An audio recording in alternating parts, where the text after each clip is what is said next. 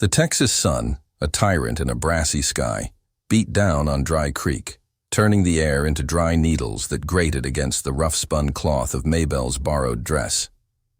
The town itself was a testament to hardship, a scattering of bleached wood buildings clinging to existence, overshadowed by the distant, intimidating bulk of Dwit Ranch.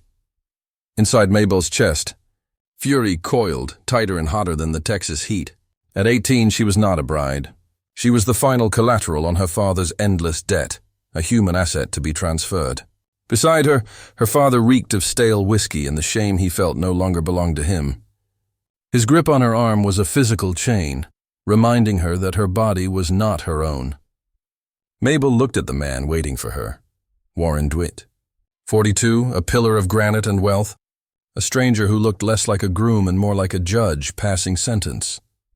The short walk to the platform was an eternity of grinding dust and judgmental stares. Warren stood in a clean black coat, his face etched by years of sun and unyielding solitude. He didn't look cruel, but his silence was a heavy burden. When the preacher reached the turning point, the words dissolving in Maybel's inner turmoil, a lifetime of suppressed rage found its release. With a speed born of desperation, she produced the small, sharp knife she'd hidden in her skirt and drove it into the wooden surface. The clang of steel on wood was the loudest sound Dry Creek had ever heard. "I ain't no horse to be traded for a stack of debts," she cried, the words tearing from her throat, shaking not with fear, but a ferocious certainty. "I will not be bartered like cattle. I ain't a coin in a drunk man's pocket." Her father lunged, his face a terrifying mask of purple fury, ready to silence her forever. But before he could land a blow, Warren moved. He didn't shout or draw a weapon. He merely raised one hand, a quiet, absolute command that cut through the uproar. "Let her speak." Every eye swung to him. Warren stepped forward, placed his wide-brimmed hat on the platform beside the trembling knife, and finally met Maybel's gaze. His eyes held not anger, but a profound, weary intelligence. "I do not want you to be my wife because you owe me," he stated, his voice calm, measured, and utterly devoid of desire. "I want you to stay because you choose to." The word hung in the scorched air. Choose, a concept so foreign, so shocking to Maybel's spirit, that it momentarily eclipsed her fury.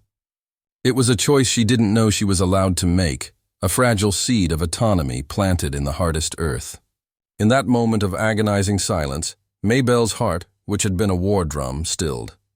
The foundation of their forced union was shattered, replaced by an unbearable, terrifying possibility, the weight of her own will. The ceremony resumed, but Maybel was no longer a commodity. She was a woman holding a choice she didn't yet know how to wield. The first week at Dwit Ranch was an emotional siege. Maybel, though legally free of her father, felt more imprisoned than ever, caged by kindness she couldn't trust. She locked the bedroom door, not out of fear of Warren, but out of a desperate need to claim a single private territory. The grand house, built of sturdy stone and dark cedar, was silent and cold, filled with furniture too heavy and shadows too deep.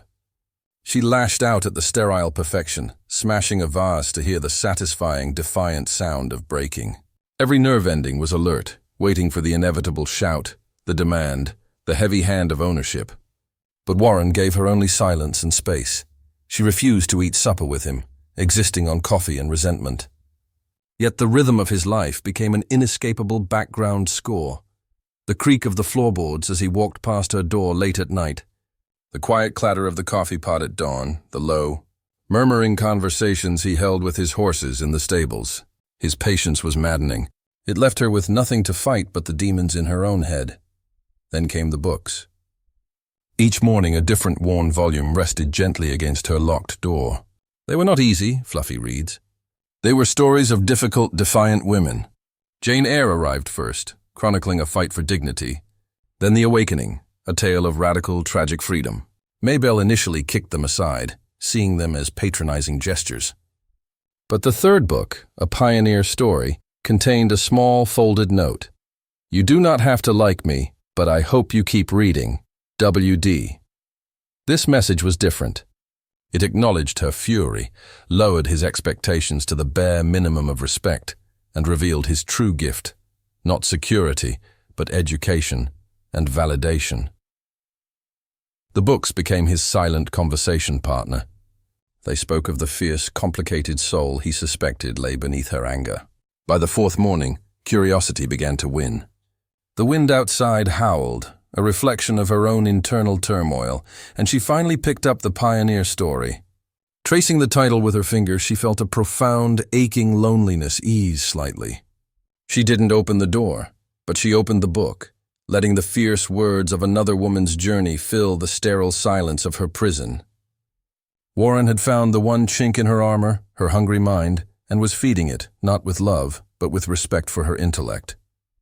She read until the sky turned the color of tarnished silver, and for the first time since the wedding, the heavy house felt less like a cage and more like a quiet library. The tension of Maybel's self-imposed isolation finally broke on the sixth night, not by force, but by the subtle, irresistible pull of sound. The prairie wind screamed outside, mimicking the rage she still held. But beneath the wind, a softer, more profound sound emerged. The low, slow strum of a guitar. It was a tune of deep melancholy, ancient and tender, speaking not of the rough-and-tumble frontier, but of an old, sophisticated heartbreak. Maybel crept from her room, drawn by a curiosity that overpowered her caution. She moved like a shadow down the hall, guided by the music that pulsed faintly from the living room. Warren sat by the hearth, bathed in the faint, flickering glow of the fire. His guard was entirely down. He was lost in the melody, his wide shoulders slightly slumped, his face soft, almost boyish in its vulnerability. This was not the granite rancher who had bought her. This was a man who knew how to bleed in silence. The song spoke of loss, not cattle or land, but the intimate, irreparable loss of a cherished dream. It rose and fell like a canyon wind, filled with regret and a stubborn, quiet longing. Maybel froze in the shadows, her breath caught in her throat. She had built her entire defense on the idea that Warren was a heartless, calculating owner, and his music destroyed that fortress in 3 minutes. She realized that his stoicism was not indifference, but a heavy suit of armor worn to conceal an enduring wound. When the tune stopped abruptly, Warren exhaled, a long, rough sound, as if returning from a journey to a place he didn't want to revisit. Maybel retreated quickly, heart pounding not from fear, but from the shock of overwhelming, unexpected empathy. She closed her door, leaned against the cold wood, and felt a strange, terrifying softening inside her. She had been prepared to hate a tyrant. She was unprepared to pity or even respect a man who grieved in private. That night, she didn't just read the book. She devoured it. The words on the page connected to the music in the living room, forming a new narrative about Warren Dwit. He was not just the man who waited. He was the man who had suffered, and in his suffering had learned a terrible kind of respect for freedom. The knowledge that he too was profoundly human stripped away her last justification for purely self-pitying rage, leaving behind only the complicated, demanding space of a genuine relationship. The morning was cool and quiet, a respite from the scorching summer.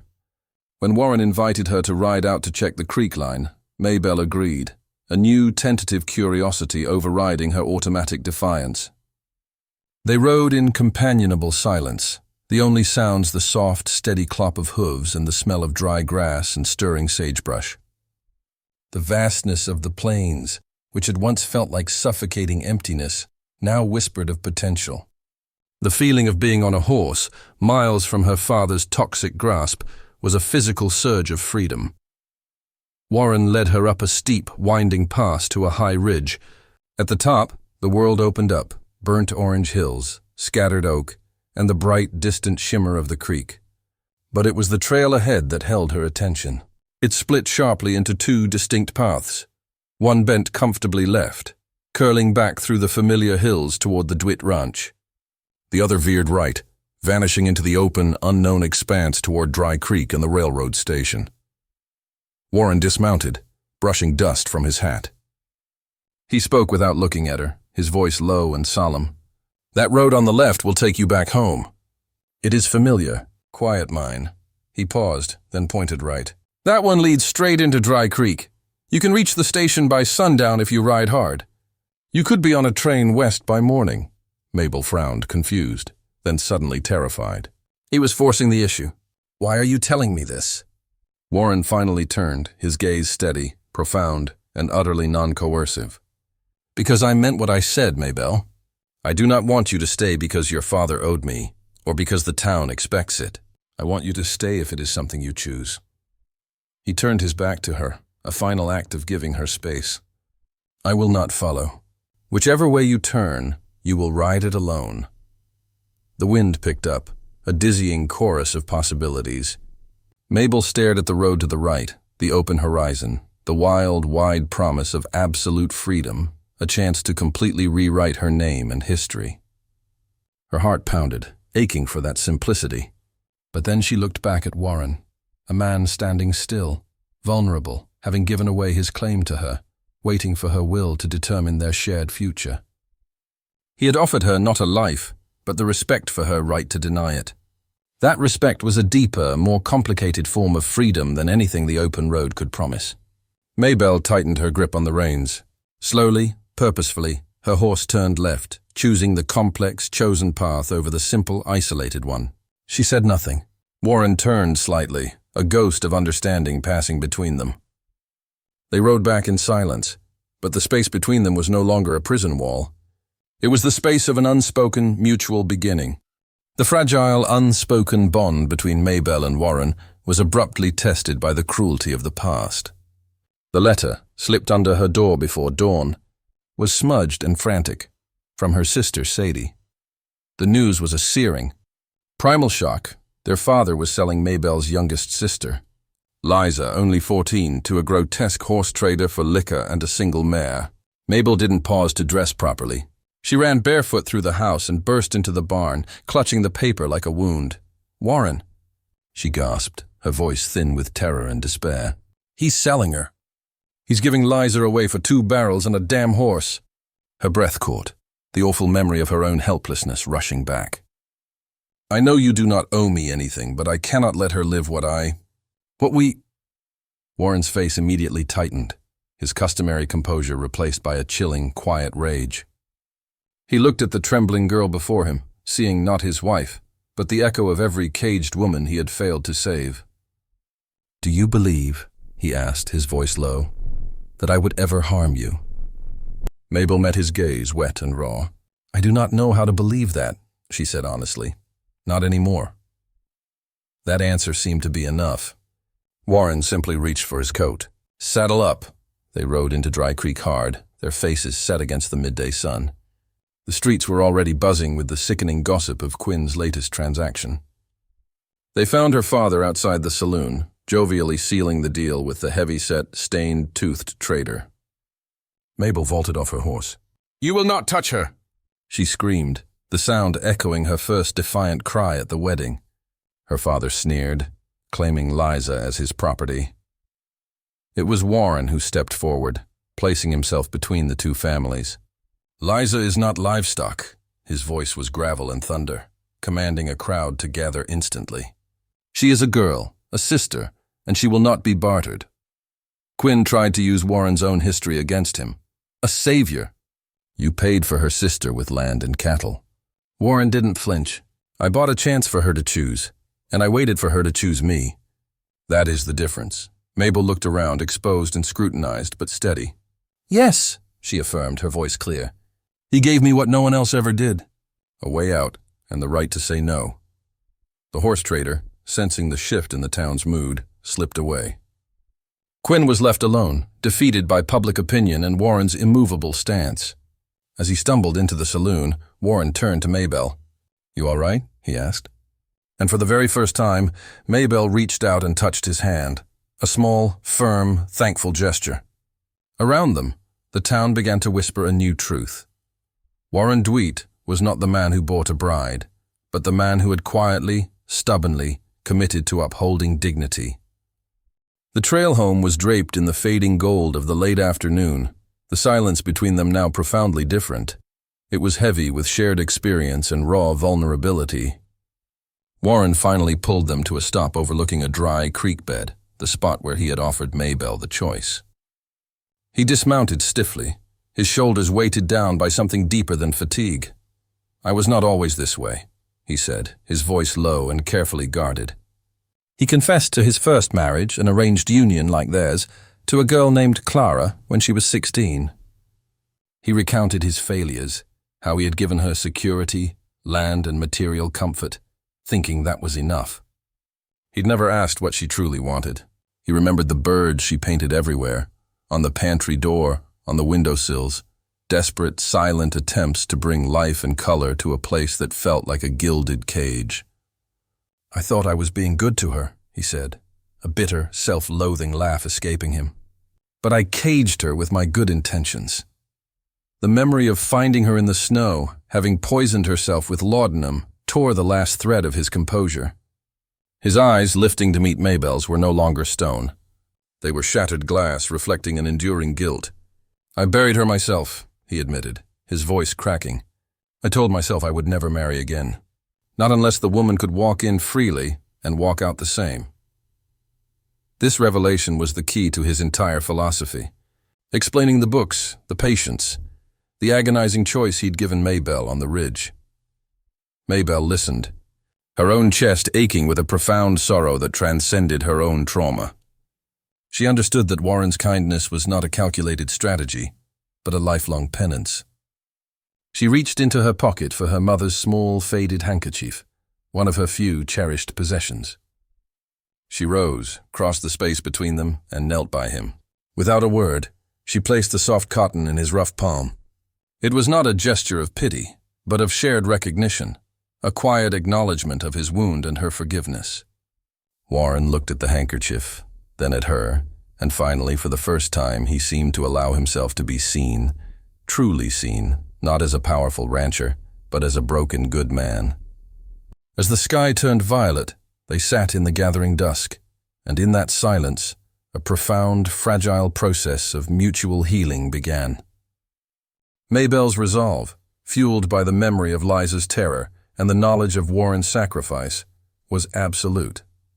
She would not wait for him this time. She would face the source of the shame herself. Dressed in plain, dusty clothes and smudging ash on her cheeks to dull any hint of vulnerability, she slipped into Dry Creek after midnight. The saloon was a pit of toxic masculinity and drunken noise. Her purpose was clear: to destroy the ledger book where her father codified his debts and ruins. She slipped into the back room, her movements cold and calculated. The thick stained ledger lay waiting. As she poured kerosene over the pages, her hands were perfectly steady. She struck the match, and the fire whooshed to life with a satisfying, greedy roar, a cleansing flame against years of spiritual rot. A shout erupted behind her. She was immediately seized and dragged, fighting and kicking, into the main, smoke-filled room. Her father pushed through the men, his face dangerously contorted. He raised his hand to strike her, but before the blow could fall, the front doors of the saloon burst open. Warren Dwit stepped inside, not drawing a gun, but commanding the space with an absolute, unyielding calm. He looked at Maybel's struggling form, then slowly around the room, his gaze settling on her father and every complicit man present.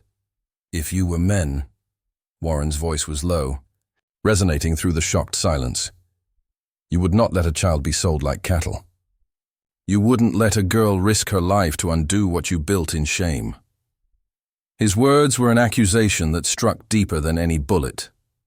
One by one, the men lowered their fists and stepped back, recognizing the moral law he represented. Warren strode forward and reached for Maybel. She took his hand instantly, Liza running to her side, clinging to her skirt. Outside, under the cold, indifferent starlight, Maybel washed the ash and tears from her face. She turned to Warren, her voice low and certain. "I was angry," she confessed, her truth laid bare. "Angry that you bought me. Angry that I felt safe when I didn't want to need anyone." She stepped closer, reaching up to cup his cheek, a raw, brave tenderness in her eyes. "But tonight," she whispered, "I stood on my own. And when I did, I knew who I wanted to stand beside me." She leaned in and kissed him. It was soft, certain, and utterly free. The kiss of a woman who had chosen her own destiny. "I choose you," she affirmed, looking him in the eye. "Not because I have to, but because I want to. And under the vast, quiet Texas sky, they smiled together for the very first time. The days that followed settled into a rhythm born of mutual respect and shared labor. The cold silences were gone, replaced by a comfortable, earned quiet. Maybel shed the tattered dresses for rough-spun shirts and sturdy boots, her hands quickly developing the strength and calluses of a ranch partner. She wasn't just working for Warren. She was building with him. She began managing the accounts, tracking inventory, and debating grazing rotations with him on the porch, a true partnership. Warren never asked for her praise, but a new, expensive fountain pen appeared on the kitchen table one morning, his silent acknowledgement of her competence. Their bond was cemented in the building of a new house on the edge of the ranch. It was Maybel's design, smaller than the main house, but flooded with light, featuring wide windows and a wraparound porch. Its central feature, Warren knew, was its symbolism. A door that only opens from the inside, a physical testament to the autonomy she had fought for. As they knelt together to plant a rose bush beneath the porch window, its tiny pink buds still sleepy from the cold, Maybel explained her choice. "Why roses?" Warren asked. "They fight," she answered, looking at him with deep affection. "They bloom in spite of thorns." The final, beautiful vindication came in the form of a letter from Liza, who was safe with the nuns and planned to become a teacher. "You showed me that no one gets to write my story for me," Liza wrote. "Not Papa, not poverty, not fear. Only me." Later that week, Dry Creek gathered again, but this time at the little white chapel, which was now filled with wildflowers and genuine, unrestrained joy. There was no contract, no debt, and no scandal, only a man and a woman walking side by side. Maybel wore no veil, only a simple dress and a sprig of rosemary, a symbol of remembrance and loyalty, in her hair. Warren's face was transformed, no longer stone, but radiant with hard-won light. When it came time for the vows, Maybel took both his hands, her own strong and steady. "I used to think I was just something passed between men," she said, her voice clear and carrying. "A weight, a burden, a trade." Tears welled in her eyes, not of sorrow but overwhelming grace. "But then you stood still and you waited. You let me choose." She took a breath, looking into the eyes of the man who had loved her autonomy more than his own desire. "From this day on, I am no longer the girl who was given away. I am the woman who chose you." The applause that followed was not for a marriage, but for a declaration of freedom.